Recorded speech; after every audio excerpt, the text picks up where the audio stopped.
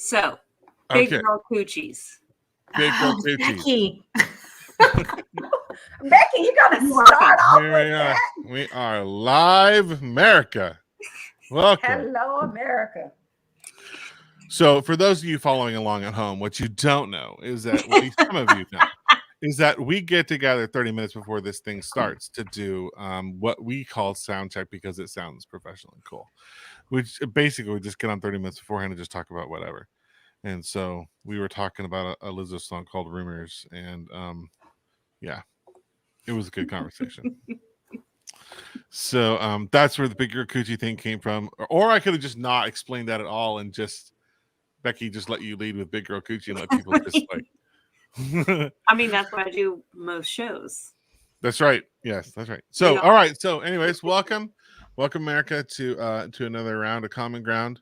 The big news right now, well, gosh, it's even hard to throw a dart and hit big news. It seems like everything is big news, but we're tonight going to throw the dart at Texas Senate Bill 8 and abortion broadly in America, and then find the rabbit holes that we always seem to find from there. I'm going to kick things off because as the representative male in this group, I feel like I have the most appropriate voice to begin a conversation about abortion. So let me just explain how I think it is, and then we'll use that as a base. I'm just kidding. That's not what we're going to do. So, LaShawn, I heard you are a practitioner of the lawyerly arts. I am. Okay, we're going to need you, I think, big time today. So Okay. Texas Senate Bill 8, as I understand it, is not enforceable by the government or any of its agents. I think I understand the reasons for that. But we'll talk about it. And that it is basically, as I've described to the others before we got to the show today, it is effectively the world's first state Karen law, right? Because it just empowers people to just go after other people in grocery stores because they feel like, last time I saw her, she was chubbier than this. She must have had an abortion, and then here we go, right? Can you explain where you're coming from with that statement, Chris? The Karen law thing? Mm-hmm. Yeah. What about SB 8 makes you say that? Because it pits an American citizens one against another. Because the government here. Okay, so without getting too deep into it, because I do want to hear from LaShawn. My understanding of this is that ultimately this isn't constitutional. I don't see it being held up as constitutional. But in the meantime, I think they want it to be put to use. And they want it to be as slippery as possible to get a hold of from a legal perspective. So you can't sue the government. That's been around since the kings of England.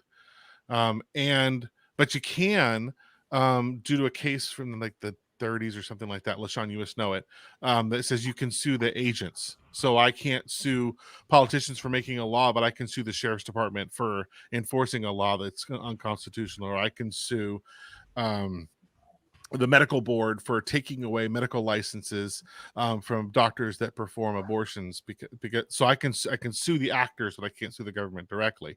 But in this particular case, the law specifically says that agents of the government can't even enact this thing in the first place. It can only be done by citizens bringing civil suit against another person. And based on our broad general social understanding of the word Karen, right, that feels to me like that's going to be the group of people, whether they be boy Karens or girl Karens. Is there a boy Karen name that we've agreed to as a society? Not that I know of. All right, let's say Kevin's. How about Kevin's and Karens, just for the sake of the discussion, because I don't think it's a female specific thing. I think there's buttholes on both sides of the gender. But in this particular case, it's empowering the Kevins and Karens of the world to judge and go after their fellow citizens. But now they're backed up with a law. There's just so many things that I feel fundamentally are wrong with that. If it was enforceable, then let law enforcement enforce it. Okay, so I hadn't had a chance to fully read the law, which that was my intent, because I printed it out because I had planned to read it, but I got busy. Yeah. But I'm looking at the law, right? So it looks like to me, at least based upon my summary look of it, it's really a law against doctors who perform abortions, right? Not necessarily. That's true, or enable otherwise, right? Or able otherwise, right? Not necessarily the person that's pregnant. So it's not like a witch hunt type deal, right? Like, you know, put you on a stake because everybody say you're a witch, right? But the problem that I see with it is, I do too with you, Chris. I think that this is unconstitutional, right? First of all, you're allowing private people to bring a cause of action against the doctor as if, okay, so this is my issue. And Katie and Becky chime in on this. All right. So we got this new law, right? And we got, let's say I'm somebody that don't like, I'm anti-abortion all day. I'm super Christian, super whatever, right? And I saw that Becky looked a little pregnant, right? And Becky, I know that you go to Dr. Katie Sand, right? And I feel that Dr. Katie Sand gave you an abortion because you looked like your stomach was big, you looked pregnant, right? So now I, as a private citizen, can sue Katie Sand and say Katie Sand gave you an abortion. Now, this is my problem with the law. How the hell do I know that? Number two, where is HIPAA? Right? Sure. Where is HIPAA? Does HIPAA go out the door when a cause of action by a private citizen about Becky's abortion come to play? Where is HIPAA? Sure. Right? Where is my constitutional right of even a little bit of privacy? Because you're going to have to do a whole lot of digging to find this information. So I just see a lot of problems with the law. I haven't read it completely. That was my intent. But just from what I've read, I just don't see how that passes the challenge on HIPAA. And I don't see how it passes the challenge with Roe versus Wade, because it's basically eliminating abortion, but it's saying that it's a fetal heartbeat. Right. I think about, I've been pregnant twice in my life. By the time I knew I was pregnant and went to the doctor, there was a heartbeat. And I would think that that's the case for most women. Right. But I probably wasn't but a couple of weeks, less than a month, probably. Right. Because it just missed my period. Like, ooh, I missed my period. We go, took the pregnancy test and got into the doctor's first thing I could. So whether you're pro-abortion or not abortion, I just think that we have some problems with that. Katie says HIPAA applies to the majority of workers, most health insurance providers, and employees who sponsor or co-sponsor employee health insurance plans. Exactly. So tell me, how do you get around it? Well, right. So the doctor can't disclose whether or not he or she performed an abortion on a patient, right? The doctor has no rights there. But if a 17 or 18-year-old girl comes home crying after I had an abortion, and my mom or dad sees me and they start to probe and inquire, and I tell them, Dr. So-and-so performed an abortion, I was so scared, I didn't want to tell you, well, whatever the story may be, mom and dad thereby are not violating HIPAA by filing a lawsuit under SB 8, if I understand it correctly. No, I think you're absolutely right. And there lies another problem for me. You're now going to create a whole nother caseload of cases of manipulative use of the law, meaning where people, because basically this is a possibility. And Becky, I want you to chime in on this. Okay, let's say I'm pregnant and I don't want the baby and I go have an abortion. Chris gives me an abortion, right? But I lied. I really. How'd I get dragged into this? Yeah, I'm gonna drag you in this, Chris. But I lied about that. I really, just wanted to have a payday. And Chris, because he, you know, I went in there with a sob story, you know, and Chris performs an abortion on me, right? And then I turn around and tell Becky, who is, you know, anti-abortion all day, every day, right?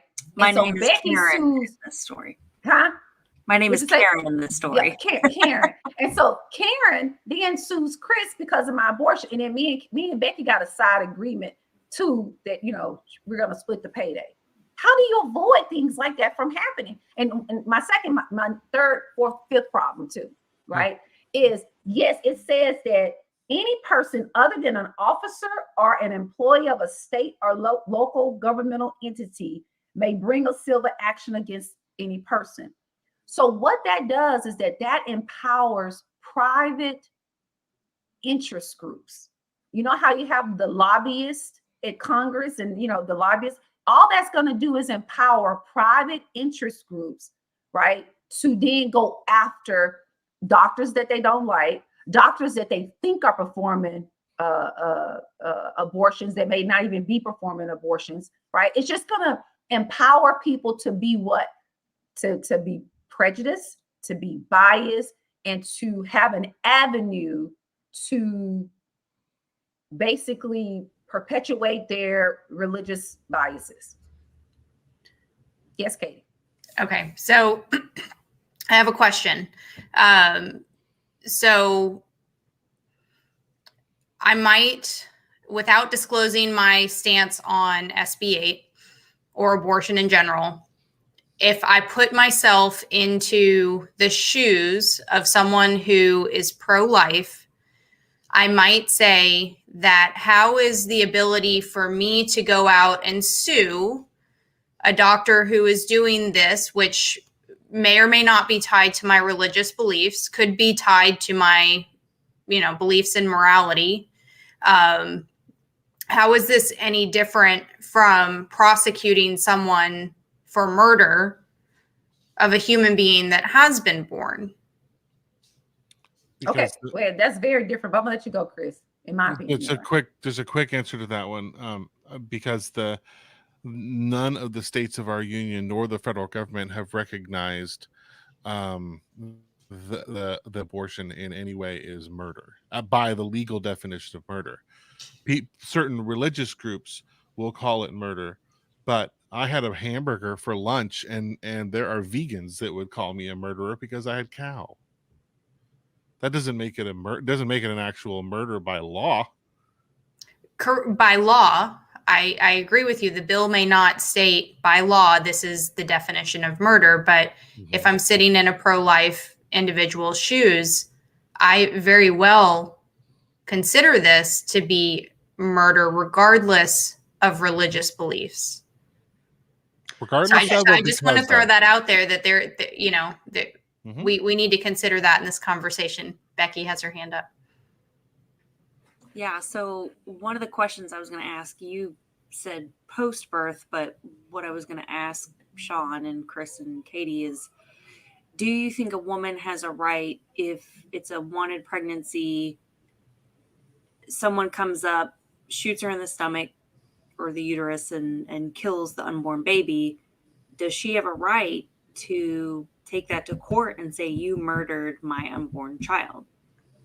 I say yes. Yeah. I mean, yeah, if you're saying that she's pregnant, some stranger comes to shoot her, then yeah, she could sue him. Wait, no, hold on. Let's be clear about what she's asking, though. Okay. The woman survives, the baby in her belly dies. Okay. Is he being drawn up on murder charges? Is he or should he be? Should he? Or that person. I'll take the sex out of this. These are interesting. Should the woman be able to say, you murdered my baby, and hold him accountable for murder charges for her unborn child? I'm a yay on that. I think I'm gonna have to be a yay on that too. Especially, I'm gonna have to be a yay on that. So how can we say yay on that, but it's not murder to have an abortion? Because I think to me the biggest difference is I am the person that's carrying the baby, and I am the one that's voluntarily going into a doctor's office and saying, I no longer want this child, right? And so I no longer want my spouse. Okay, but this is the thing. I'm saying I no longer want this child, and I want to have an abortion. Right? That is my right. That is my body. Me saying I no longer want my spouse and killing my spouse is very different than me saying I no longer want my child. Somebody killing somebody that I don't even know, or whoever shooting me and killing my baby inside my stomach is not the same as me voluntarily saying I no longer want this child. Those are very different. Let me push on you on that one then. So you're saying that because if you're pregnant, two women, right? One, they're both pregnant, both at the same level of pregnancy. One of them has an abortion, and on the exact same day, the second woman gets shot in the belly. Both of them are now no longer pregnant the day following. Okay. So we're saying that in case number one, where the woman wanted to end the pregnancy, that was her choice because her body, her choice. But in the second case, where it's the exact same outcome, because she didn't choose to end it, that means it's murder legally. Okay, but this is the thing now. Are we talking about outcomes, or are we talking about the process or the right of being able to do something, right? Because yes, the outcome would be that the baby is no longer alive, right? But the process of getting to the baby no longer being alive are very different. I'll get to you in just a second, Katie. So if I'm saying I no longer want a child, that is me saying I no longer want whatever this is growing my body. I'm making a choice that I don't want to do it, right? Somebody taking a child from me by shooting my belly, it's just, to me, they're not comparable in that sense. Second, right? If we're going to say that we are a group of a group of people that operate by a system, operate by a constitution, operate by laws, right? Then the question now becomes, are we now saying pregnancy in and of itself, right, makes the baby human automatically from when you the heartbeat, right? Like according to Texas Senate Bill 8, right? And now it's treated just like an individual person, meaning I, as the carrier of the child, have no rights after the heartbeat to make a decision up to a number of weeks to no longer have the baby.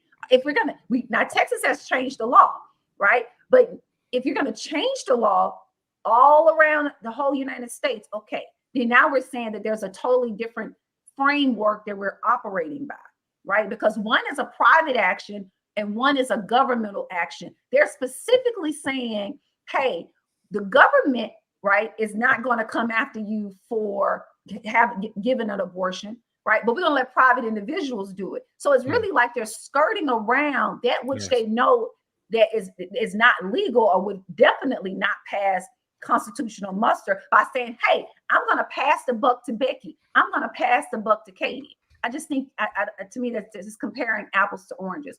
I'm sorry, apples to cabbage. Katie. So two things. It seems like I've got a clarification, and I think we have a problem that we need to acknowledge within the bill. But the clarification that I wanted to pose first is, at what point does termination of a pregnancy become something that pro-life and pro-choice individuals would both agree that if I chose to end this, it would be murder? Is that when the baby has arms and legs? Is that when you can feel the baby moving in your stomach? Is that at birth? I mean, at what point, for those that are my body, my choice, at what point is that cutoff not okay to make that choice?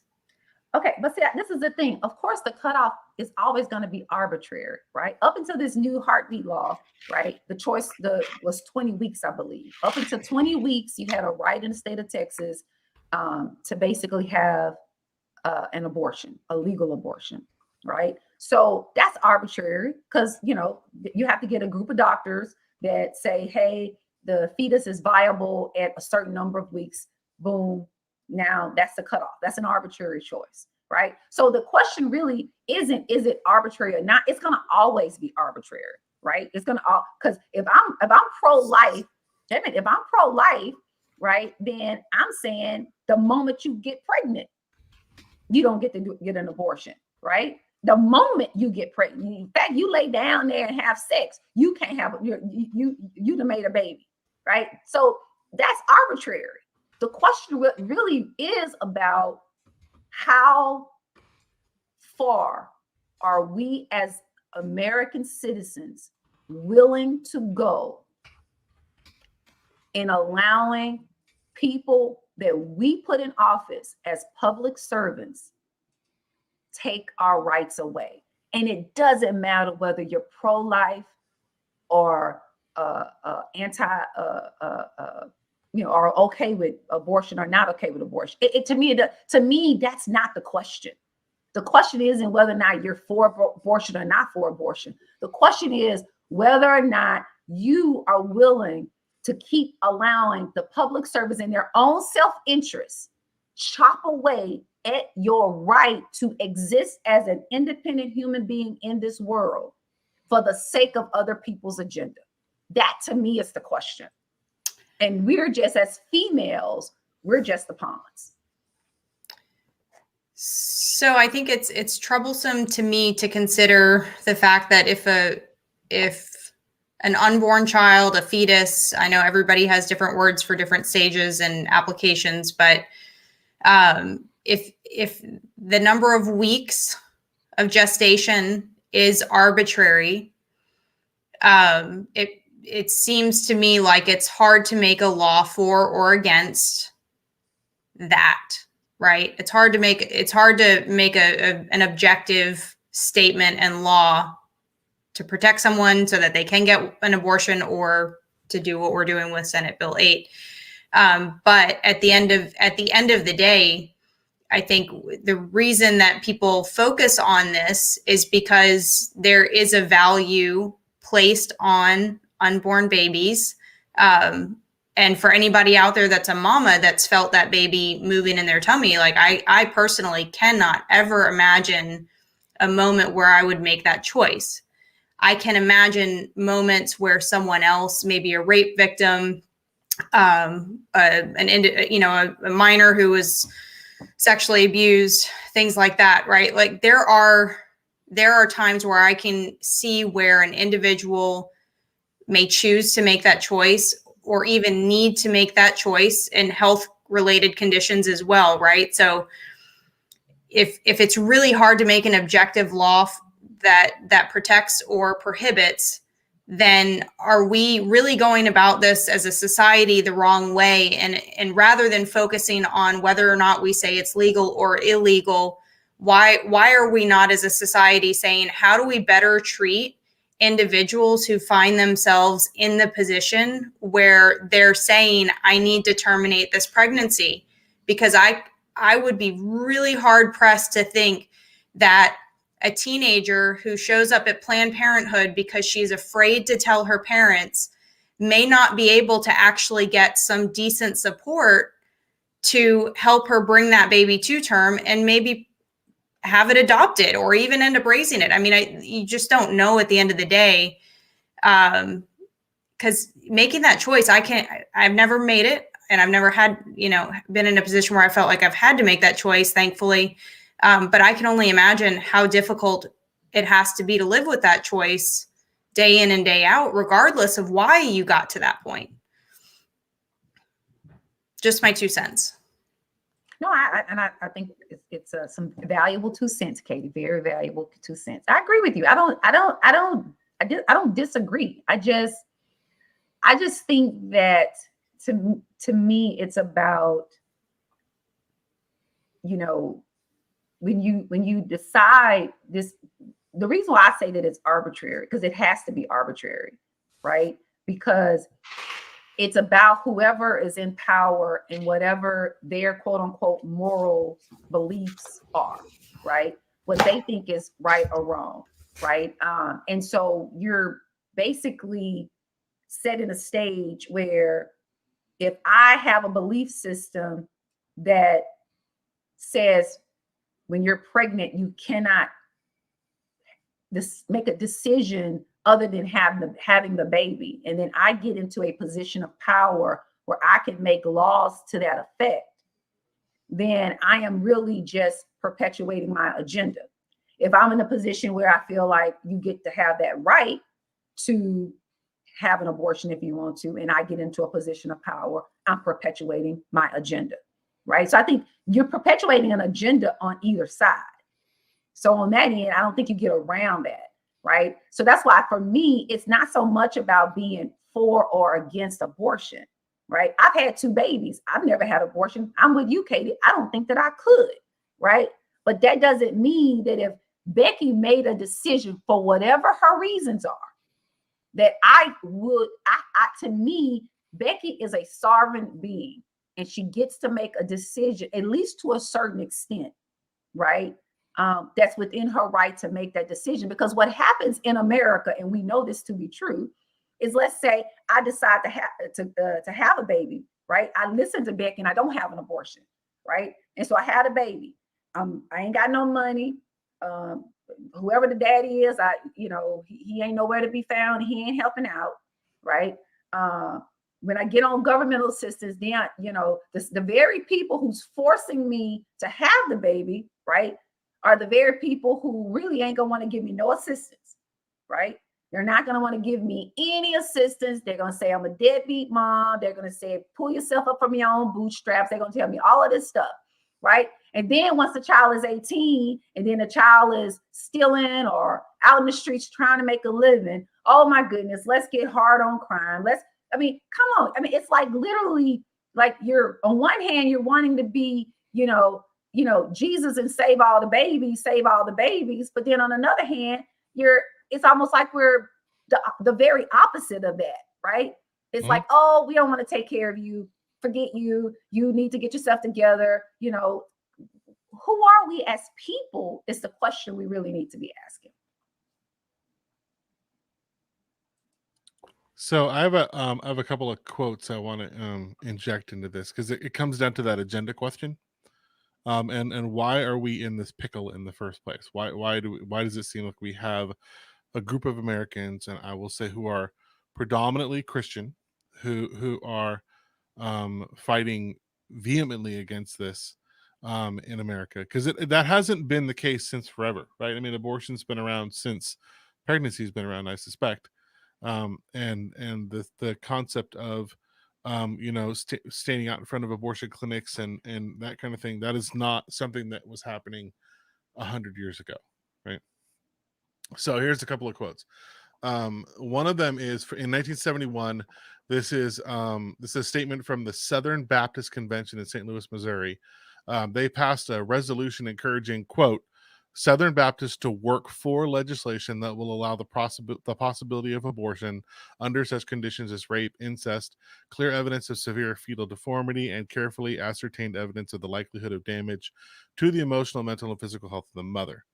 The second, again, that was 1971. That was before Roe. The next one. Can you read that one more time, Chris? Sure. A little bit slower.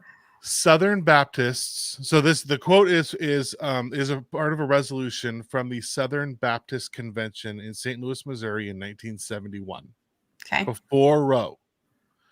Southern Baptists to work for encouraging Southern Baptists to work for legislation that will allow the possibility of abortion under such conditions as rape, incest, clear evidence of severe fetal deformity, and carefully ascertained evidence of the likelihood of damage to the emotional, mental, and physical health of the mother. That's the first one. Okay. The second one is by a guy named W.A. Criswell, who was the former president and of the Southern Baptist Convention and is a pastor of the First Baptist Church in Dallas, Texas. And he said, quote, I have always felt that it was only after a child was born and had life separate from its mother that it became an individual person. And it has always therefore seemed to me that what is best for the mother and for the future should be allowed. On top of this, There was a meeting of 30 something like religious scholars in called the a Protestant. I'll put all the links and everything. A Protestant Affirmation on the Control of Human Reproduction. This happened. It was published in June 1970. The meeting itself happened over 4 days in 1969, and it talks about a lot of things. But what it says is in one sentence in this giant section. Abortion confronts the Christian with the most perplexing questions of all. Is induced abortion permissible? And if so, under what conditions? If it is permissible in some instances, is the act of intervention still sinful? Can abortion then be justified by the principle of tragic moral choice in which a lesser evil is chosen to avoid a greater one? We know churches have understood that complexity for a long time. As to whether or not the performance of an induced abortion is always sinful, we are not agreed. But about the necessity and permissibility for it under certain circumstances, we are in accord. And then it goes on to list specific things that a Christian physician should be about. In a nutshell, it's recognizing that that is a life, and that this decision should be made with very serious deliberation, and that they would only do it in the cases where greater elements of scripture are upheld by that, like the preservation of life of the mother or something like that. So here's my question.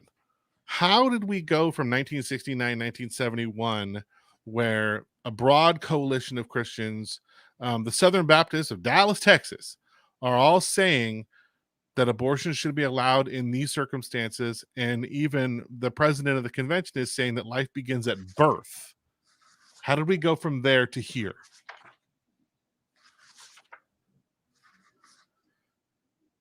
Anybody know? I do. I'm sorry. I'm hogging the microphone. I don't mean to do it, but what happened was, so there's a book that came out a while back, and I'll once I've stopped talking, I'll post all these links. But there was a book that came out a few years back. The title of it is someplace around here. But it's about the formation of the religious right on this topic.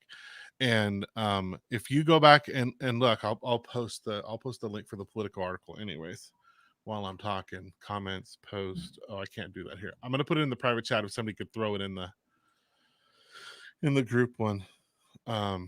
Anyways, so the Bob Jones University was a Christian university, and they wanted to keep segregation. In fact, once they allowed Black people into the university, they would only let married ones in because they didn't want unmarried Black people having sex with white people and making mixed up babies. That's true. This is history.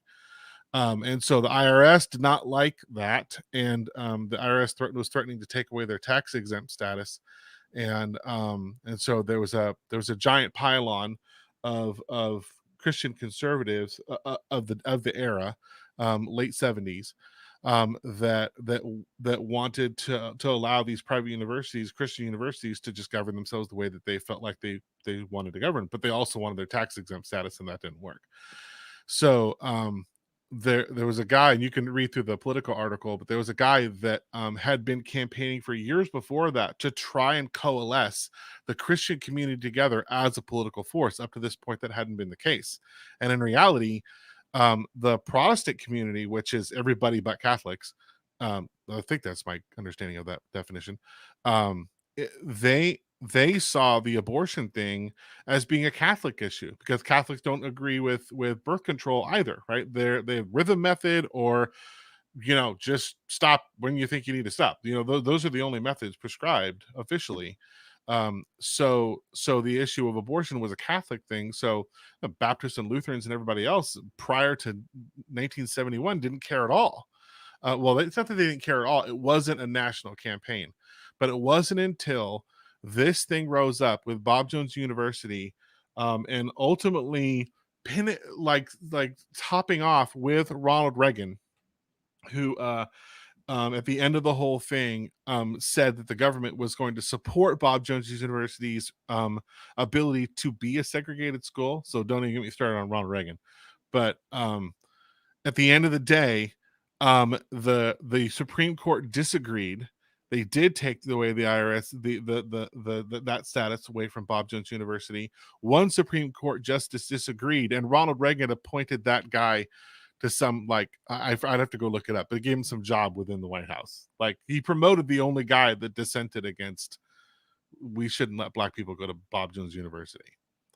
But because they were losing that fight, they switched over to abortion, and there was a huge campaign and movies. If you guys remember, like during the 80s, there were those really movies of like showing like the dismembered little bodies and all these just gross movies and people holding up the signs of dismembered bodies. That all started then with this. So what I'm putting out there, and I'm gonna shut up now, is that the only reason we're in this pickle in the first place is because conservatives in the 60s wanted to segregate schools, and because the IRS told them to take a hike, somebody who wanted to align all of this fervor together within that Christian community aligned them together in politics under the flag of anti-abortion, and they've been carrying on ever since.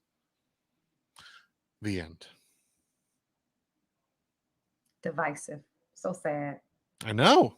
So sad. This is just, I mean, it's just really, you know, it's literally like we can't have common ground because we have all sort of been trained over these past decades to get in our corner. And we're in, you know, you're in your corner, I'm in my corner. And it's like, as human beings, you know, where do we stand as human beings? Not as conservative, not as liberal, but where do we stand as human beings, right? And when you start letting, you know, religious organizations, extremist organizations, it really starts to, the line between the two starts to blur, right? It really does. It starts to blur a little bit to me. And I think that this is where, you know, we have to be very, very careful. You know, when you start to, if you think of, you know, of laws as restrictions on your ability to exist, then you have to be very careful about always jumping behind a restriction because it doesn't block you. Because the more power you give to people that can make the restrictions on the majority of people, the more opportunity you do give for a restriction to block you eventually, right? And I need to be able to feel someone else's pain or experience without experiencing it myself, right? And so I don't have to be a woman who is pregnant and want an abortion to be a woman who understands a woman who is pregnant and want an abortion, right? And I should be able to, if she's getting the counseling, she's getting the information she needs, she's sleeping on it, if she's religious, praying on it, if she's spiritual, whatever she's meditating on, whatever she is, she's doing, and she still wakes up whatever day that is and makes that same decision. Then as a sovereign being myself, I need to respect her as a sovereign being and let her make that decision. And that's just where, you know, where I stand on that. In this argument, basically. Sure. Or discussion. Becky, Katie said. So a couple things that I wanted to bring up. So technically, episode number 1, Chris and I talked about abortion. It was just Chris and I. And one of the things that Chris brought up was equality. And this comes back to, do we as women really and truly want equality when we say we do? And Katie, you sent yesterday to us like the verbiage of the bill.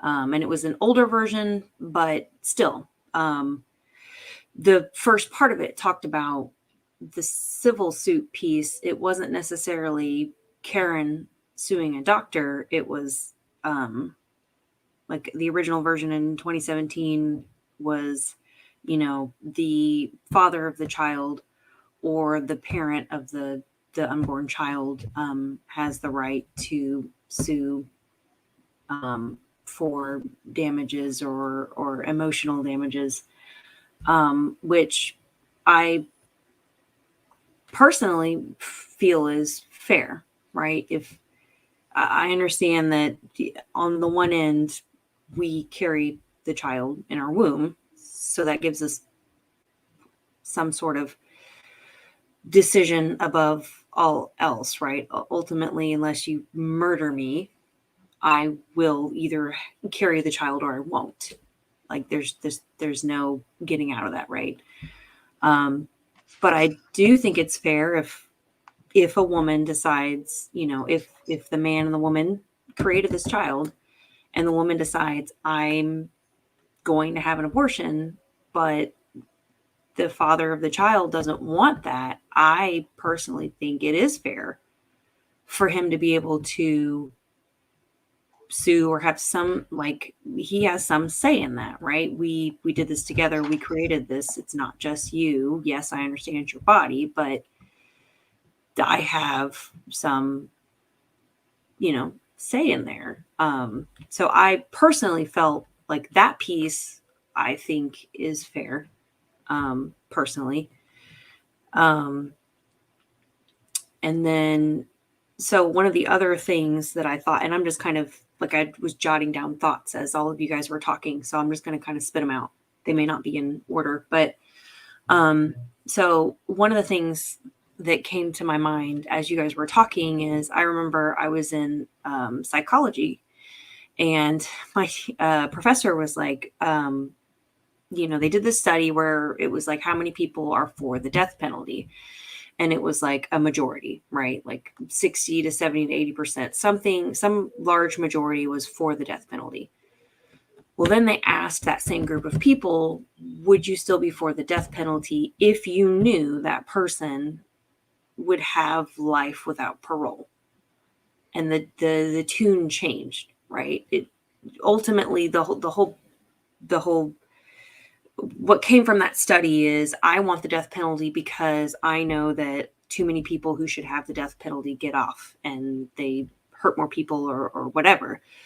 But I don't actually necessarily always want to kill the person, right? So it was more that morality of I just want to happen what I think is fair. I don't know if I necessarily think death for death is always fair, but so I thought that was really interesting.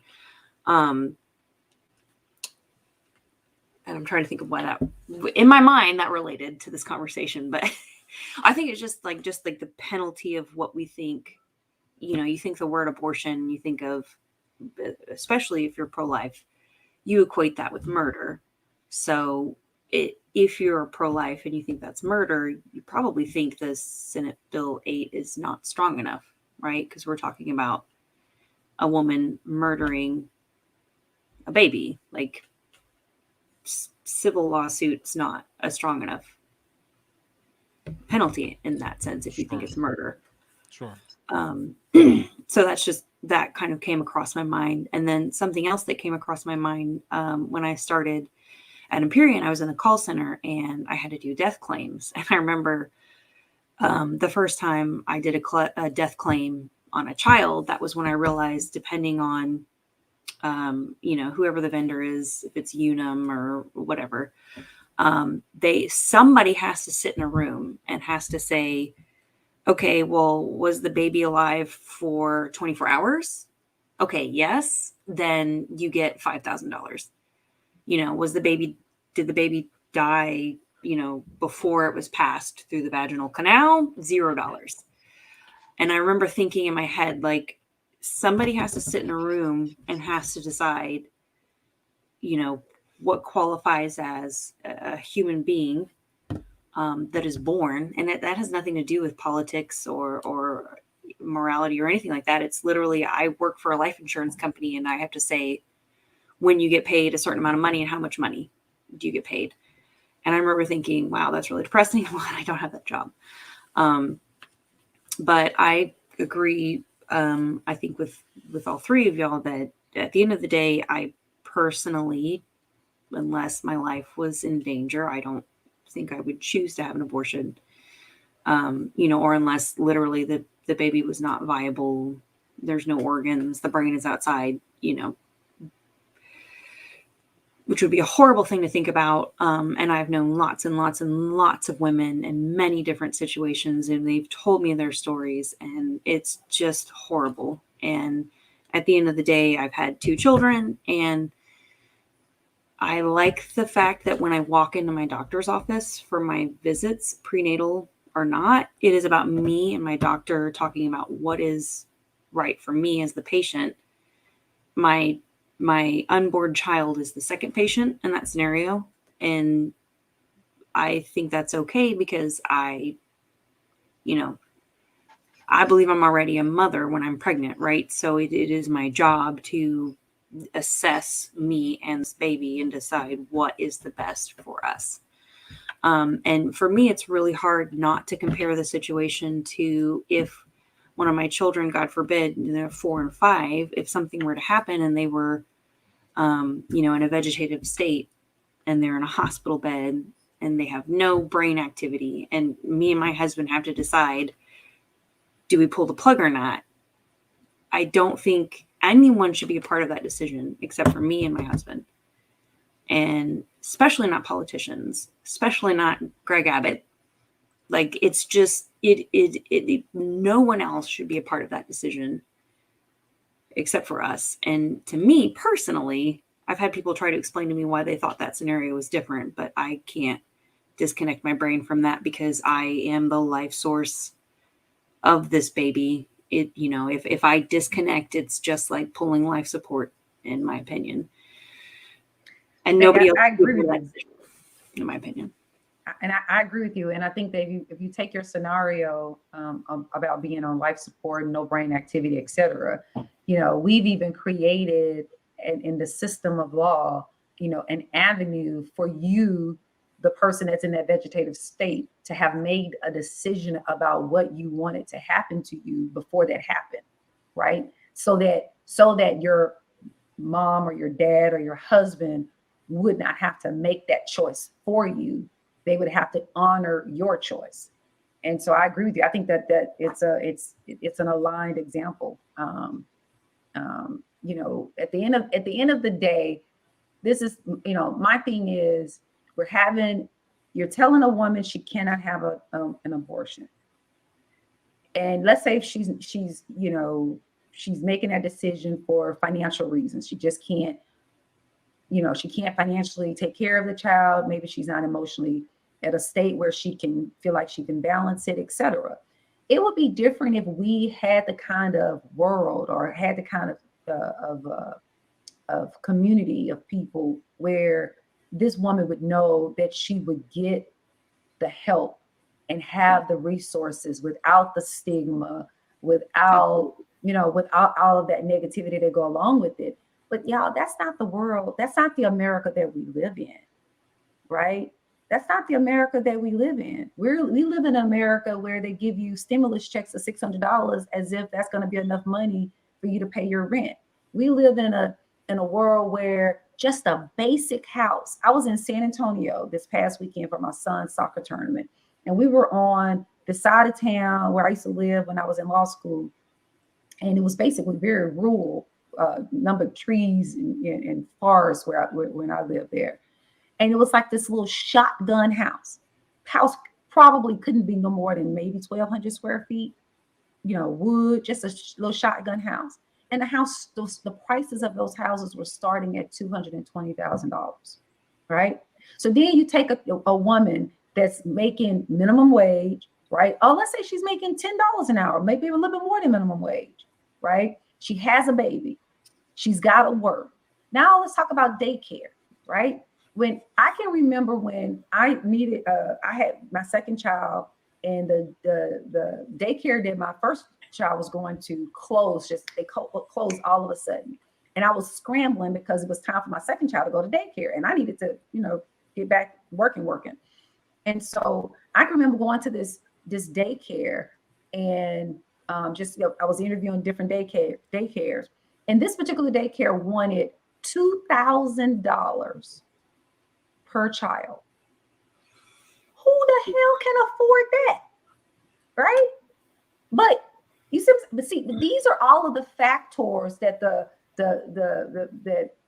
that people don't want to take into consideration when they're against a woman making a personal life choice decision about something that's in her body, right? That when it's outside of the body, it becomes the burden, right? So the question is it the gift or is it the burden? See, when you want to have these anti-abortion laws or these laws against a right to choice, you're really saying you don't get to make a choice because it's a gift.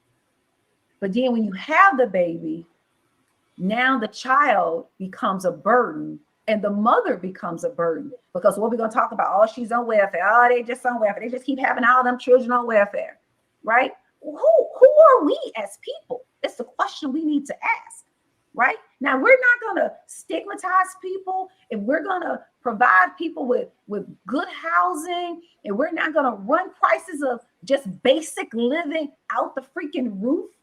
Okay, I'll entertain a conversation about having these anti-abortion laws, right? Or taking away a woman's choice to have a baby. Because now the woman can't say, well, I don't have the finances, or I can't really take care of the child. I'm not going to be able to have a place to stay. Because we, as a society, we've provided all of that. But if we're not going to provide, oh, wait a minute, but we can't do that, because if we start providing, now we're what? Socialists. We're a socialist society. Oh, we're not a socialist. You know, who the hell are we? Right? That's the question we really need to ask. Who are we? Are we a group of people who our entire existence is dictated by a book that doesn't really make that much sense in some certain places? Or are we a people who can look around and see the needs of current society and address them using our accurate thinking, using our brains, using our love and care for each other, not the divisive hatred of, well, I'm a conservative. Oh, no, I'm a liberal. No, I'm a human. Can we just all be human? I have lots of general thoughts around this. I do too. Go ahead. Yeah, so we all have opinions, and I'm gonna try and keep this as general as I can, without going too far down the rabbit hole. But we all have opinions here, right? We all have our own view of when it's okay, when it's not okay. And at the end of the day, law was created to maintain order, right, amongst society. Laws in the US differ from laws in the UK, but the purpose is the same. And at the end of the day, we are, in effect, whether or not we are voting, we are, in effect, the individuals that are putting these politicians into a seat where they write a bill and they vote on it on our behalf. So as an American who has not voted in every election and doesn't vote in the smaller elections, and the older I get, the more I realize how important it is, because I'm paying attention to things like this. Chris shaking his head at me. Well done. Well done for turning the corner. Yeah. You know, it really is not just our right and our privilege, but our duty to go out, make sure that we're doing things like what we're doing right here, staying informed, reading the bills, understanding who's writing what, why they're writing it, how it impacts us, how it impacts society, right? And doing our due diligence to kind of shift the tides. But at the same time, we are also a selfish people. And that's not, it may be exacerbated in the US, right? We have a lot of privileges here that a lot of other countries couldn't even dream of. But generally speaking, just humans are selfish, right? If it's going to come down to me and Joe down the street, you know, and only one of us is going to survive because there's only enough food left for one of us. I'm going super apocalyptic here, right? Like Joe and I are going to fight for that food. You know what I mean? Joe and I aren't going to make a pact to die together. You know, we barely know each other. And that's just kind of it's just human nature, right? It is what it is.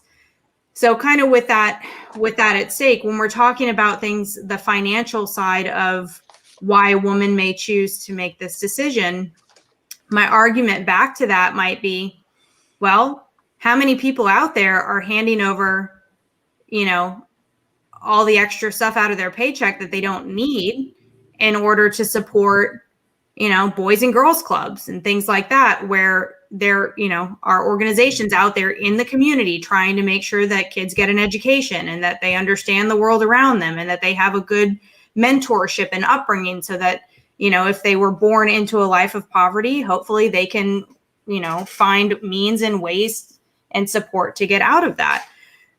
So I think there's just a whole lot there that kind of needs to be unpacked. So at the end of the day, it just all comes back to me with, we need to stay informed. We need to vote well, because at the end of the day, law is not going away. People are going to continue to write bills. They're going to continue to pass them. And half of us are going to love them and half of us are going to hate them. Because if 90% of us were sitting here in Texas saying this is bullshit, it wouldn't have happened, right?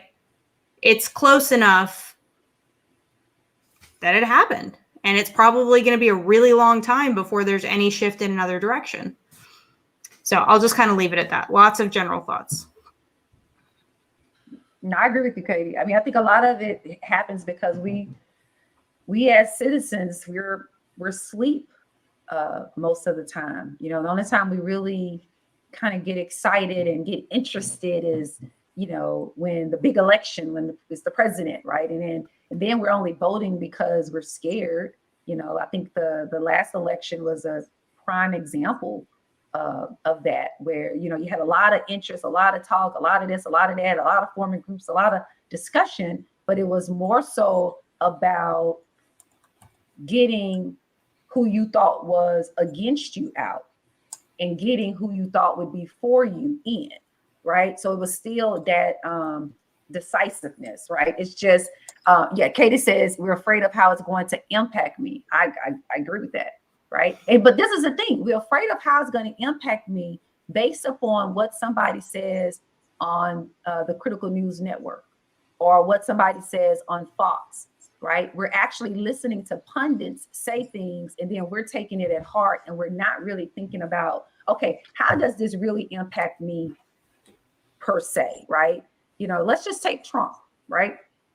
If we think about it, right, you could hate Trump, you could dislike Trump, right? For your thousands of reasons. But then when you bring it to a personal position of, okay, well, how is it that Trump has impacted me in a negative way? Or how is it that Trump has impacted me in a positive way, right? Where I'm using myself as the example that I'm following, as opposed to what someone is saying on a news network that I'm listening to that may or may not even apply to me, right? So that when I make a decision, I'm making a decision that is best for me and my family, but not a decision that's making me pitting me up against Becky because Becky is pro. She likes Trump and I don't like Trump. Because some people hated Trump just because they were trained to hate Trump. And then some people like Trump because they were trained to like Trump and they probably shouldn't have liked Trump. And some people hated Trump, they probably should have liked Trump. It's just, I don't know if we actually take the time to really get involved enough, and that's including myself, to really know who's right for us or who's wrong for us, because it's the small elections, Katie, I think, that actually matter the most. And those are the very elections that we don't really get involved in. I was just kind of looking at the bill just to see who the sponsors were and co-sponsors. And I'm just going to say a few names. Okay, well, Katie says we don't take the time because we're so busy tending to us, our families, and our own wants. That's true. But I want to see if anybody recognizes some of these names. So just say I recognize it. If you don't recognize it, then I'm just going to name a few. These are the sponsors of this Senate Bill 8. Hughes, Benacourt, Birdwell, Buckingham, Campbell, Cretin, Hall, Hancock, Huffman, Colkhurst, Lucio, Nelson, Paxton, Perry, Schwertner, Springer, Taylor. Don't know any of those names. None of those names. Who are they? These are the sponsors of this bill. These are the people that created this bill. So, and that, like, I know that in our group text, we've talked about this before, and I know Chris and I have talked about this before, but it's like, who should really be writing and voting on legislation like this that impacts us, right? Should it be a bunch of politicians, a bunch of Republican and Democratic politicians that we don't know their names? Or should it be us, So I think why I was talking about the whole psychology thing and where it was like, yes, I believe in the death penalty. Oh, wait, except you give me this other option.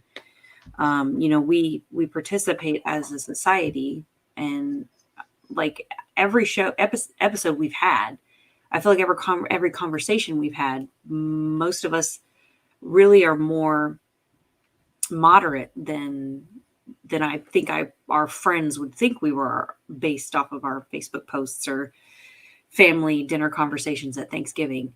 But at the end of the day, and I think, Chris, you were looking at the statistics, and actually the majority of Texas actually thinks that we don't need stricter abortion laws. But yet somehow this bill passed. And this was the same for the universal carry, right? It was like the majority of Texas did not necessarily agree, but yet somehow that passed because, Greg Abbott wants to be president for 2024, right? Katie got both hands up. So it's like, who should really be writing this legislation? Who should be voting on it? Katie, go. We can't, I fundamentally believe that we cannot complain.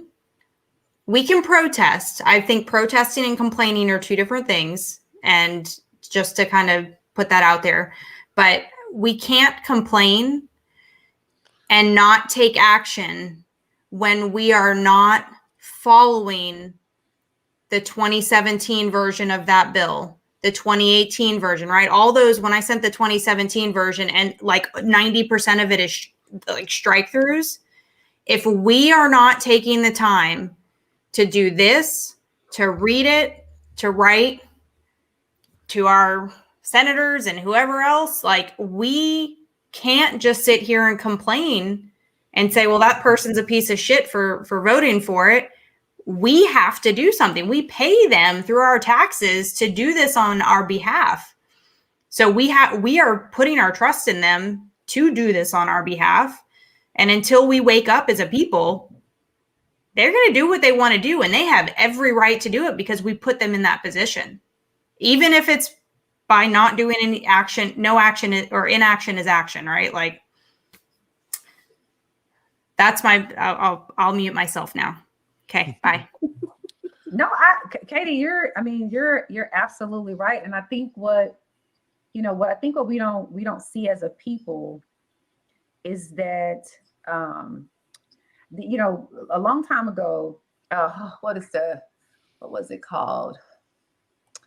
Back when America was first being formed, people who were of African descent, people of European descent, they were in America. Some were slaves, some were indentured servants, etc. But what happened was they all kind of got together. They got together and they decided that they were going to rebel against the bourgeoisie, right? Those are the elitists that came from England. They wanted to rebel. And so what happened was the common folks, the indentured servants, the slaves, they got together and they had what was now known as Bacon's Rebellion. And so after Bacon's Rebellion, the bourgeoisies, the richer people, right, kind of start creating laws and say, okay, we can't let this kind of happen anymore, right? We can't let the common folk, the African folk, the other European folk, the slave folk, the indentured servant folk, we can't let them get together, because if they get together and put their minds together, right, they can rule this world. And we need them to not get together. So we need to create division, right?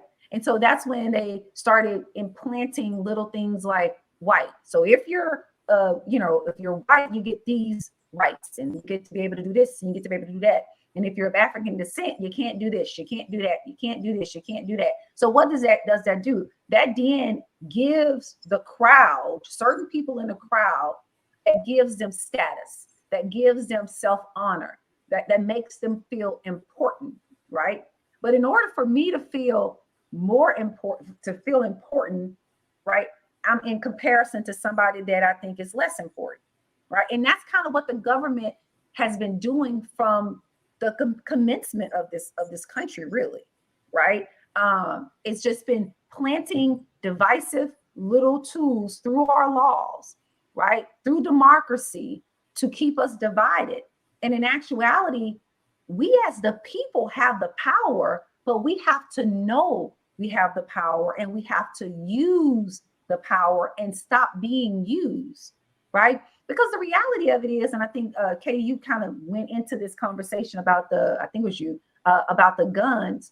Do we really want to go back to the cowboy days where me and Becky can have a shootout in the middle of the street because we have an argument, and I got my gun and Becky got her gun, and we got bang, bang, bang, right? Do we really want that?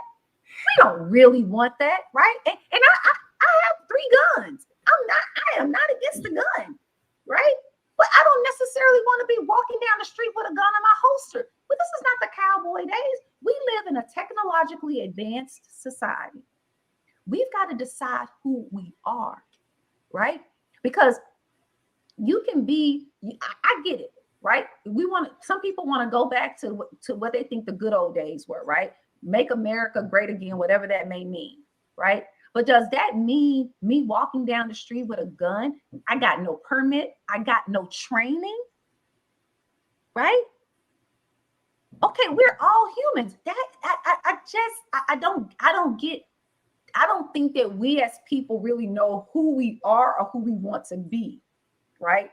And then some people are in power, and they're using their power position for status, right? They want to say, we have brought America back. We brought Texas back. Texas is right where it's supposed to be. But really, we got skyscrapers, paved streets, stucco homes. We are not living on the range. Who are we? That's the question I'm asking now. Who are we? Because if Texas started it, now you're going to have all of these other states trying to mimic the same thing. And I don't know who we are. Katie said, technology doesn't advance by reinventing the wheel. Progress does not equate to regression. True. So I've been collecting little bits as you guys have been talking. It's just so many good points. I mean, I feel like we could probably do this for the rest of the year.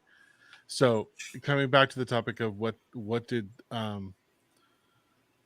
Donald Trump do, right?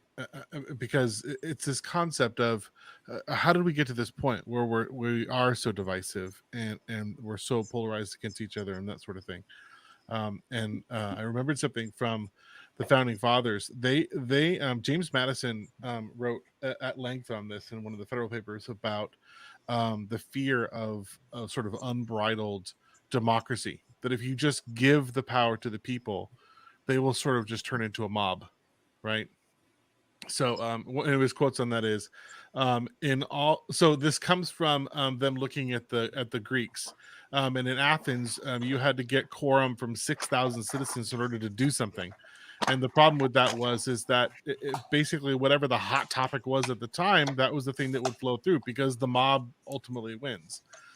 So he says, in all very numerous assemblies of whatever characters are composed, passion never fails to wrest the scepter from reason. So if you just turn the mob loose, the mob is going to do what the mob does, right? And if you get a president like Trump, and I wish we had some more people on this panel, but if you get a president, Republican or Democrat, it doesn't matter who, but Trump was a master at this. He was a master at stirring up the mob. He still is. And so what he is bringing out is that there's no evil that Donald Trump has invented. It was within the populace to start with. All he did was elevate it, right? He just gave fuel to something that was already there. And it just speaks to our representative government is supposed to be populated with people who are cool-headed level thinkers, who can take the discourse above the din of the mob and come up with something that is in the best interest of everybody, not just the thing that's our white hot passion for the moment. And I think about this abortion thing, coming back to the whole, why are Christians even lit up about this in the first place? And it was because they were fed a bunch of propaganda in the 80s that says be outraged about this. And so they are. And you fast forward, 40 years and everybody's forgotten why we're so upset about this in the first place. It was because a group of people said, hey, look at all those Christians. Them's voters. Let's align them together. I have a question for y'all. If I'm pregnant and I go have an abortion, let's say I'm 4 weeks or whatever, right? And I go have an abortion. By the way, just so you know, from the bill's definition, that is 4 weeks from the beginning of your last period. Okay. That's the language in the bill. 4 weeks from the beginning of your last period. Okay. Not that that's anybody's business, but that's what it is. Yeah. So I'm pregnant. I have an abortion. Yeah. I want to know, how does that hurt you? Sure. So as the lawyer in the room, talk about legal standing, the right for me to bring suit against somebody else. Well, this is the thing that it's so funny you say that, because when I did a quick look at the bill, and because I went straight to the liability thing I was like, well, how does somebody else have standing? That was my first question. Like, is there a standing provision? So I kind of did a quick look to see if it defines kind of standing, like what gives you standing. I did a quick read.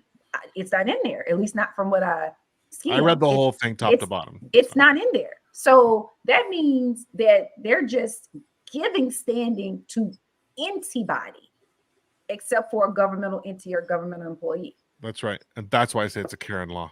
So, okay. I'm sorry, Becky, go.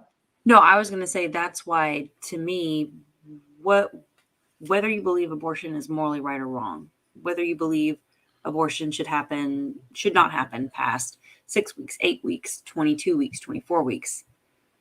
This particular bill is just about winning votes, playing politics. It has nothing to do with this is what I believe is morally right or wrong, in my opinion. Because again, reading it doesn't, and I'm not a lawyer, but reading what I've read, it's like, outside of, I will say, like I said, the original version Katie sent, I'm totally fine with saying that if a woman decides to have the abortion, the father wants to sue for damages, fine. I feel like at that point, you have legal standing. But your neighbor? Yep. On the topic of religion. I totally agree with that. I'm sorry. Just on the topic of religion too, just to kind of put some roots on that. There was a treaty that was signed in 1796 called the Treaty of Tripoli.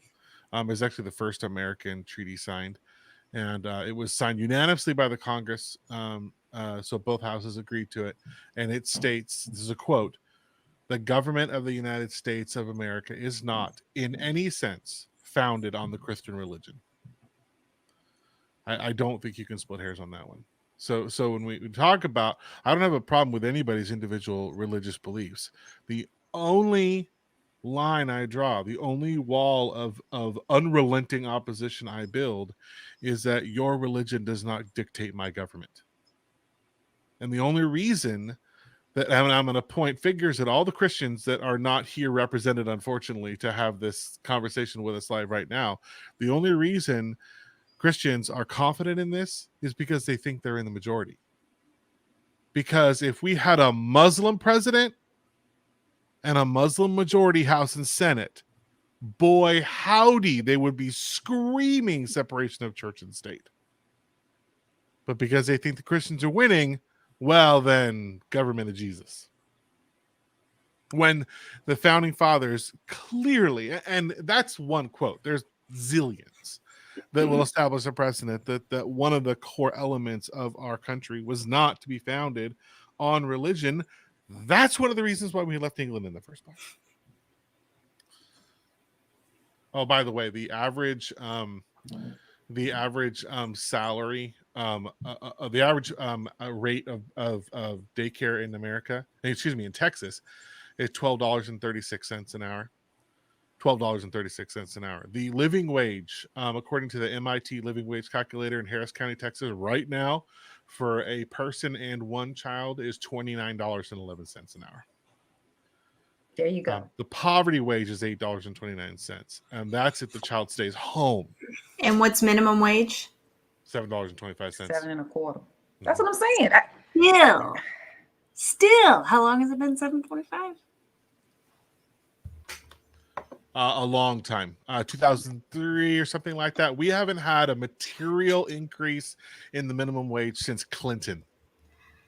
Not to completely on this one, We but hate that rabbit holes, Katie. We don't Yeah. allow.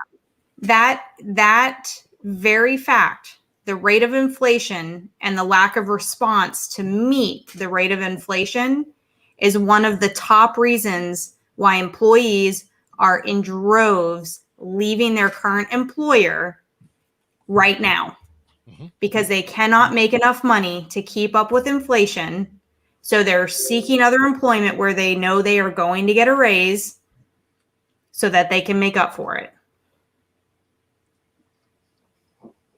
It's not just one problem. It's trickles on down the line. See, I want to play a game with you guys real quick. See if you can guess. So there was a poll that was done by the University of Texas and Texas Tribune in 2021. So this is new stuff. See if you can guess what percentage of Texans think abortion should never be permitted, which is basically what this law says, right? It provides no provision for rape or any other kind of thing, right? So what percentage of Texans do you think say abortion should never occur? What do you think? 25%. Katie, Becky, do you have a vote? Like 10%. Yeah, I feel like I just looked at this and it was like 12 or 13%. 13. It's 13%. Yeah. So you're saying 13% of Texans said don't believe abortions. Said it again. 13% of abortions believe that abortion should never be permitted. It's murder. 30, yeah, that's right. 31% it should be permitted in the case of rape, incest, or woman's life in danger. An additional 12% said it should be allowed in other cases, but only after the need for abortion has been clearly established. And 38% said a woman should just be able to choose because it's her personal choice. So how did we get this law then, Chris? That's what I was saying earlier. It seems because we didn't vote on it. Purely political. But that's what I'm saying, and you know, it's just they're playing a political game for status, for position, and you know, they have enough speaking points, enough things to trigger, you. Like I was taking this implicit bias training today, and the lady was talking about, you know, of course it's always a comparison of black versus white or whatever, but they did some kind of test where they, you know, kind of showed like an 8, but they unconsciously did it, right? So and then that made the test scores that actually, I forgot what it was, but it made the test scores, you know, of course, slanted towards black people. But what she was basically kind of getting at was, she was also saying that instead of using a picture of an 8, you can use certain kind of words that trigger in your brain 8. And then because we have default settings that associate 8 with African Americans or Black, you can get the same results, right? If you're trying to skew something one way or the other, you get the same result by just using those words, those trigger words, right? And I think what has happened is that we've been so conditioned for so long that politicians know just what to say. They know just how to say it. And then because we're not critical thinking when we're listening, we're not critically listening, right? We only hear the trigger words, right? We only hear the trigger words, and we're carried away by the trigger words, and we're not actually listening to what the politician is actually saying. Because sometimes these politicians fix things that are not broken. They break it, right? Like, to me, this law, you have now just created a big problem to me, right? Now, I may like it, right? I may give me money in my pocket if you come to hire me as the attorney, right? Or a defense or whatever, right? But at the end of the day, it's a stupid law, right? It's funny you say that, Sean, because I read an article and it was like from doctors, and they were like, listen, at 6 weeks, it's not like the chambers of the heart are not developed. You're not hearing a heartbeat. It's electrical pulses, and the ultrasound machine makes it sound like a heartbeat. But it's like they use the equivalent of, if my patient comes in, I'll use the word stomach bug, even though that's not a medical term. I'm going to say stomach bug because that relates to you. So it was an article about how the doctors were like, fetal heartbeat at 6 weeks is not even a thing. But they put that in the bill specifically because it triggers you. And just the word abortion, right? A D&C, if you are 2, 3, 4, 5 weeks pregnant and, the fetus is not viable, but if your body can't expel it on its own, your doctor's going to prescribe that. You're going to have that. You're going to have to pass the baby. That is, in a medical term, called an abortion. But, John Doe voter who, especially if they're a man or if they're a woman and they've never experienced abortion, hopefully, most women unfortunately do experience miscarriage. And a lot of women end up having abortions for various reasons, but the term, from a medical perspective, is different than how it's used in politics. And I think you're right, Sean. I think, again, that's where I come back to Senate Bill 8. Like, give me a bill. And, again, when I was reading the original version from 2017 that Katie sent, it was just like talking about, let's not make partial abortion a thing. I'm like, that's been illegal for a long time. I don't think there's if anybody raises their hand and they're like, partial birth should be allowed, those people, they need to go somewhere else in society. I don't think many people would agree with that, but yeah, but just the term abortion is politicized, the same way masks are politicized, vaccines or whatever. Like, this is it's a medical term, and yeah, that. Well, what you're gonna have though, Becky, is that you're gonna have, it's again, it goes back to divisiveness. We always seem like it always comes back to that. Is you're gonna just have a group of doctors who are going to get paid by whatever you get paid by, and then they're gonna define fetal heartbeat different than the impulses, right?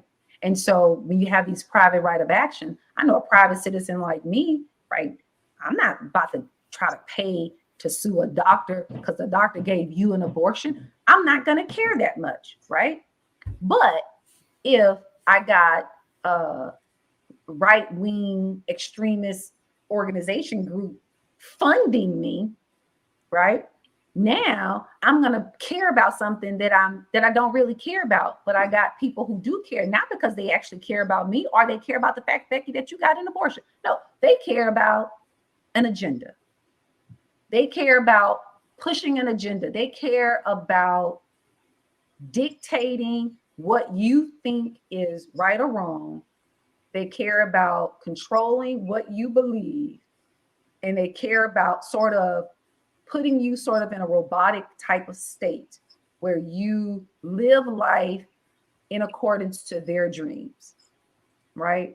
That to me is what this is all about. To me, all of these laws that Texas has passed is about creating a world of their imagination and leaving a lot of us out of it, right? If we look at this other law before we, I guess, end on the social the social studies, as far as the what you can teach in school and what you can't teach in school, right?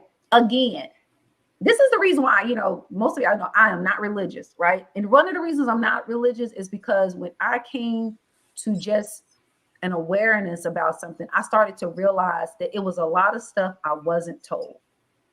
And it was a lot of stuff that I was told that wasn't true, right? And it's so funny because now I'm looking at this law and it is literally basically proving to me what I started to believe several years ago had happened a long time ago, which was somebody decided to put some things in a book and somebody decided not to put certain things in a book. And what they didn't put in the book impacted me in a lot of ways because I should have known some things that I didn't know. And now I'm looking at this HB 3979 that took effect on September the 1st. And it's literally saying that certain things cannot be taught and certain things can be taught. And my thing is, when you start to pick and choose what can be taught and what cannot be taught, you are literally setting the stage so that the generations that are after us won't know some things that they should know. That's going to help them as an individual. That's going to help them as a woman. That's going to help them as a man. That's going to help them as a Black person. That's going to help them as a white person. That's going to help them as a Hispanic person. You're picking and choosing it, and you're doing it because of an agenda. You're doing it making a promise that will never happen again. Whatever Make America Great means to you, that's not going to happen. We don't live in that world. We live in a new world. And we got to, truth is truth. Whatever happened, it's happened. Let's understand it. Let's make it better and let's move forward. Let's not pick and choose, but that's exactly what they doing. So basically, one thing they say, you can teach on Martin Luther King's letter from a Birmingham jail, and I have a dream speech. But Martin Luther King said he made a whole lot more speeches than just that. Sure he did. Right? He made a whole lot more speeches than just that. It is just, it is mind blowing to me that you are picking and choosing what we teach. And you're further, then I'm gonna shut up. You're further making a teacher, not a teacher. Yeah. Mm-hmm. Yeah, you're making them an administrator of the prescribed message of the state. So right? Those who are in power. Isn't that a little bit like socialism? That's called fascism. Fascism. Got it, Chris. Thank you. Yeah. I shut up now. Put the glasses on. So I sent you guys a link in the thing from New Republic. It was to the question of how did we even get in this situation in the first place? How do we have a governor signing a bill that only 13% of Texans would support in the first place? And you're not going to like the answer because it involves discrimination of Black people, which I struggle. Someday I would like to find something that happens in America that doesn't have its roots in racism, but I swear, like everything does at the end of the day. Chris, you're not gonna find it. Yeah, I don't think I'm gonna. You're not gonna find it. And the problem is we perpetuate it too, right? And we do it by default. That was something else I've been learning in my in my implicit bias training. We're doing it and we're not even aware that we're doing it. Yeah. Right. And so, one of the things this teacher was talking about too was a lot of the funding in the grant monies for, like experiments and testing and all of that type of stuff. Mm-hmm. They get the funding based on pitting Black and white. Right. And so when you look at these comparison studies, you can always get a funding if you're comparing the Black versus white. Right. I think, America is just too entrenched in the divisiveness of Black versus white that goes back to the beginning of America till now. And I think the only way that we can change it is that there has to be, and Chris, I think you said this earlier, maybe it was Katie, there's got to be sort of a mob mentality where we're so fed up with the powers to be, so to speak, that that we initiate some things together and start to work in a unified way, so that when laws like this, come up, or sponsors of laws that makes no sense, laws that are trying to pit us against each other, we nip that in the bud really quickly. But that's going to cause us to have to work together. Right. So there was a 7-year legal battle that ultimately ended in the Supreme Court over gerrymandering in Texas. In terms of how did we get Governor Abbott? This is how we got Governor Abbott, because it was clearly identified that the voting districts in Texas were drawn with racial gerrymandering in mind. Unfortunately, our Supreme Court in a I forget what the vote was, but they didn't agree with that, and they let the boundaries stay the way that they were, and that was immediately preceding Governor Abbott's first election, and then of course the second one bound it. Justice Sotomayor, a quote that she had a dissent to that. She says, as a result of these errors, Texas is guaranteed continued use of much of its discriminatory maps.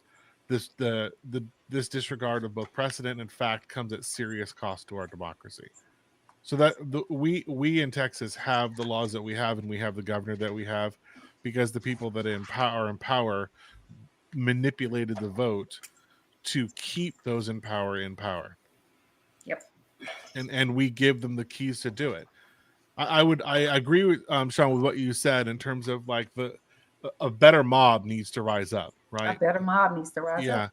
And one of the elements of I think dismantling these structures that we continuously fight with is to take the tools of division away, right? So gerrymandering as a supported political mechanism is a tool of division. It literally draws lines between people. That is its function. So as a righteous mob, that I think that would be something to mobilize against. I think that's one of the many things to mobilize against. If you take away the tools of the powerful to subdivide and to manipulate, then there's always going to be people that do that, but just take their tools away so they don't have the ability to do it, right? Yep. And those that are watching this or listening to this who fall on the side of pro life and who are maybe even in agreement with this bill as it stands, to me, I think just maybe haven't thought it all the way through, in that today it's abortion, but if the political canvas of this state changes, and we're getting purplier by the minute, right, then just take that exact same bill and copy and paste out the word abortion and put in gun purchasing.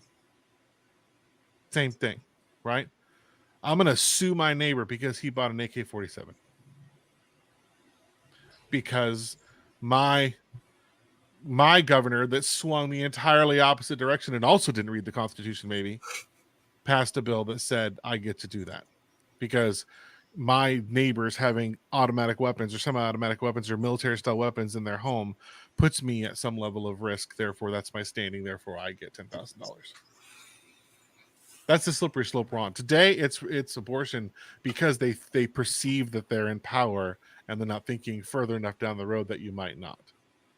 That's it. So, I mean, we have a Catholic president now. Luckily, he's pretty moderate, right? But what if we were to take a hardline Catholic line on, no, now condoms are illegal, right? Be careful of what religious group you set to draw the laws of the land, because it's not always going to be the same. well, I'm still working on my legislation where every man has to get a vasectomy until he is ready to have a child. That's the one I'm writing. Like a little, little spigot valve. Because that's more foolproof than all of the other birth control that women can take. Yeah. And we're okay with, making people do things with their body as long as it fits the agenda. So, Well, and how about child support starting at the time you have a positive pregnancy test? I don't know. Pregnancy is expensive. It is. and we want to shut down Planned Parenthood, even though that's for Planned Parenthood and, taking care of the women who are pregnant that want their baby. So we're going to shut that access down.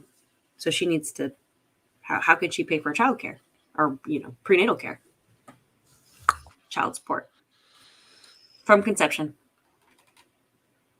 I have this one thing, and then I'm done for the night. I did this interview with this lady named Jennifer Fishburne, and she, she used to be super religious, and she was, I interviewed her. She was saying how, she used to be in this this organization, and one of their goals was to get certain laws, religious Christian-based laws passed, right?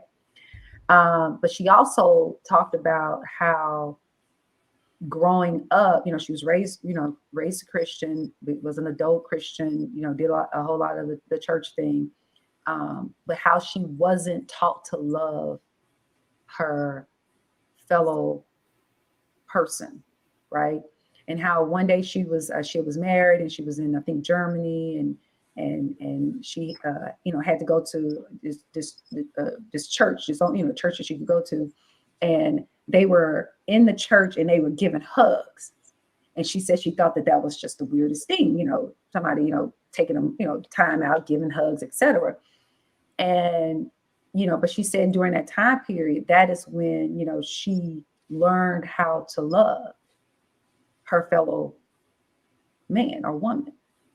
And here it is, just because someone is screaming that they're evangelical, they're Christian, they're hardcore right, they're a godly person, etc. But my question to them is, do you know how to love? Right? Because you can be super religious and not have any love in your heart. And I think that what we're having right now is we have a whole lot of people spouting religious reasons and morality and all these belief systems, but they have no love, not for their fellow man. In their heart, they have more love for what they think is right or wrong based on their opinion than they have love for who's standing right there in front of them, sharing this space in this world with them. We have a humanity problem. I agree with that, but then also what Katie said earlier is I'm afraid I make decisions either how I think it's going to individually impact me or how it already has. Like I was raised in a Christian family, and I've said this already, morally speaking, I don't think I could ever bring myself to have an abortion if I ever did, be extreme circumstances. But at the end of the day, I became pro-choice after going through pregnancy, right? Like experiencing that and realizing, whoa, hey,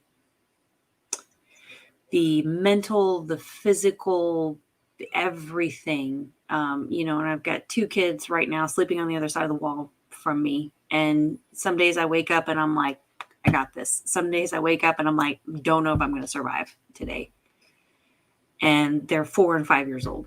some days I'm like, am I going to survive today? And that is with a supporting husband, a supporting family on his side, supporting family on my side. I have family next door. I have family down the street. And I still sometimes think mentally, can I survive this? Being a parent, being a mother. I can't. No matter what I believe, I cannot sit here and say that you over there have to do this. I just can't do it. And I think I would have come to that on my own realization, even if I never got pregnant. But I definitely, once I experienced it impacted me directly, I was like, whoa, whoa, whoa. This is not just about what you think is morally right or wrong or what you really believe based on your religion. Like you said, Sean, this is the society we live in. We live in a society where abortion rate is at its all-time lowest. Numbers and statistics show us that birth control and sexual education prevents pregnancy, therefore preventing abortion. So why are we sitting here, like you said, Sean, breaking something that isn't broken? Abortion rates are going down. Why are we making laws, making stricter abortion rules, when clearly that doesn't make less abortions? What did Elliot say last week about creating the chaos? Chaos. I know. She said that earlier, and I was like, I need a pencil. Yeah.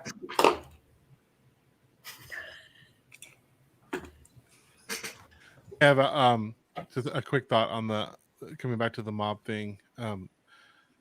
I used to live in New England, and we visited Salem, Massachusetts, where the witch trials happened, and we learned a bit of history about that, and we learned that the witch trials ended when the colony's governor's wife was accused of being a witch, and then the governor was like, "Wait, what? Yeah, no, we're not doing that. We're not going to do that anymore. We're all done with this witchy crap. Like, yeah, we're all done." Because it was at the end of the day, it was some teenage girls that were just in this group hysteria thing, and they just kept pointing and screaming witch, and everybody believed them until it got real, you know. And I think that is my plea to anybody who is watching this. I wish we could have had more opinions, more views, different views on the show, because I feel like we're kind of reasonably aligned on most of this stuff. But that would be my plea out to broadly to anybody that is seeking common ground on this. Where do we come to the middle on this? And that is to recognize that all of us are in the middle of some level of manipulation by those that are in power, right? And that's true for minorities, and that is true.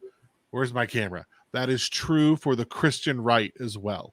You are being fed what they want you to believe so that they will win elections because you vote for them. That is the truth of what's happening.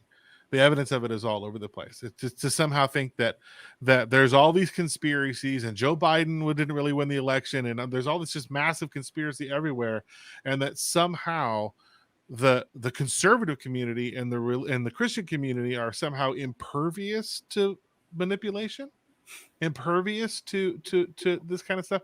We're all being manipulated. That's how you turn the corner. That's how you build a righteous mob, right? And that all of us recognize we are all pawns in the game, black and white, all of us. And that's how we turn the corner, I think. Katie, I'm not even going to read your quote. I mean, your comment there. Yeah, but that is yeah. I'm just gonna. Yeah. Did you write something good? Oh, that's right. Just like their football teams. Oh, see, America, you don't get to see the private chat. Oh, sorry. No, you can't see everything. It's not allowed. Now, didn't they also, before we end, they also, I seem like I read that they also passed a law that the Star Spangled Banner has to be sung at every sporting event and something else. And to me, it's like, why are we majoring so much on these minor things. To win elections. Got it. Katie, you are on one right now, Katie. You are on one right now. If only, I'm not going to read them. I'm not going there. I'm not going to go there. All of that stuff, all that nationalism stuff it was that's the one that kills me. Pledge of Allegiance, I think it was like a contest. Hang on. There was some president that made it the national anthem at every baseball game to begin with. I think baseball was where it started. One of the presidents. Oh yeah, so this is good stuff. So the Pledge of Allegiance was written in August of 1892 by a minister, and it was published in a magazine called Youth Companion in 1892. But the interesting part about it is the part of the under God part, which everybody kind of leans on, was added in 1954 by President Eisenhower in response to the communist threat going on at the time, which we could go on a whole other thing about the damage that communist fear and fear of Russians has done to this country since the 50s, but that's probably a whole other thing. Even our healthcare system. That's right. Yeah, we can talk about healthcare. That's a whole nother. That's a whole nother common ground. That's a whole nother. It's 9:16, Becky. It's 9:16. It's time for me to go. Get us all wild. Hello, people. Okay, so summary. So where are we settling with this? My settlement is, let's build the righteous mob. Let us peel the scales off everybody's eyes, left, right, everybody, to recognize that the powerful are manipulating everybody so that they can stay in power, because that's what power does. Yep. And the only way to change that is to build the righteous mob, to recognize that we are the ones that have the power, black, white, everybody. It's the citizens that hold the power, not the people that are elected. Exactly. What do you guys think? Exactly. No, I'm a new mob, a righteous mob. I agree. I totally agree with that. We need another challenge to bad politicians, because to me, when you're doing your agenda and not really listening to the overall voice of the people, except preying on the fears that has been generationally, historically trained into us to be divisive between black and white, and just preying on that, to me, that makes you a bad politician, in my opinion. Now, you're not a politician for the people. You're a politician for your agenda. That's right. For the retention of power. For the retention of power. I have a question. Not one of us brought up the influence of lobbyists in these bills. So in my common ground, bring it all back to center, I'm going to kind of say this as an action item for myself to better understand the influence outside of the general voting public that sways a bill one way or the other. Yeah, no, I think that when we were talking about who's going to fund these lawsuits by these private individuals, it's definitely these lobbyists, these groups, these organizations. That's going to be who's going to do this. This is really just furthering and empowering these private organizations, the grunch of giants, as Buckminster called them. That's basically what we're doing. That's what the lobbyists are. That's what the government, the government behind the government, really. So my parting piece is that all of the current politicians should be aware of Generation Z. Because I think they will be the righteous mob. I think there was already, I don't know if y'all saw the article, but it was like a TikToker who started getting a bunch of Gen Z other TikTokers to like take down one of the 1-800 phone numbers for this Senate Bill 8 to like put in a bunch of false claims about abortion. And like part of the article was like, you know, you're working with a generation of kids that are all about the internet. They know it. They know it all. You can't put I mean, look at that Trump rally. Same thing. A bunch of them got on TikTok and they were all like, let's buy a bunch of tickets and then not go. Yes. Yeah. Generation Z, once they realize there's, like Chris always says this, like once they realize if all of us vote and all of us put our words in there and our opinions, they can change the entire course of this country. Yes. And I think that they will if we have a little bit more of a backbone. Because if we allow to happen to them what I think happened to us, which is go to school, get in a bunch of debt, have to sort of, you know, get in line because you got so much burden on you. Say the Pledge of Allegiance because, you know, you always did. Yeah. I think if we can keep the spirit of growth in the Generation Z, I think that we will see some changes, right? Because sometimes I talk to even my daughter, and she's got some, you know, I would consider them extreme views, right? Because she's like, oh, you know, she feels like you should have universal based income. She's, you know, she's like all of that. She's like, okay, if you people don't want to work, they shouldn't have to work to have universal based income. If they want to live their life based upon that amount of money, then that's fine. You should maybe have a decent life at that point. She believes in, you know, if you die, that the government should get a good portion of your estate. I was like, wait a minute, I don't make all the money to get I mean, she's extreme, but her thing is that's kind of where her mind is. It's like for them, I think they don't see why these issues are that important, right? To them, we really are majoring on minor, unimportant, nonsensical stuff, right? And if we really think about it, it makes no sense. We're in 2021 and we're having an abortion law. We're in 2021 and we're having carry a gun. You didn't have all of these school shootings. You didn't have all of these things. Carry a gun, no training, no permit. You're in a 2021 where you got the age of information. And you're wanting to tell me what I can learn in school. You're wanting to tell me you can learn this, but you can't learn that. Do you see the conflict there? There's a problem there, right? There's a problem there. There's an inherent problem in this whole system. It makes no sense. You got the internet, but you're telling me, okay, well, you can only talk about Martin Luther King's I Have a Dream speech, as if this man only talked two times in his life, in his career. It's just crazy.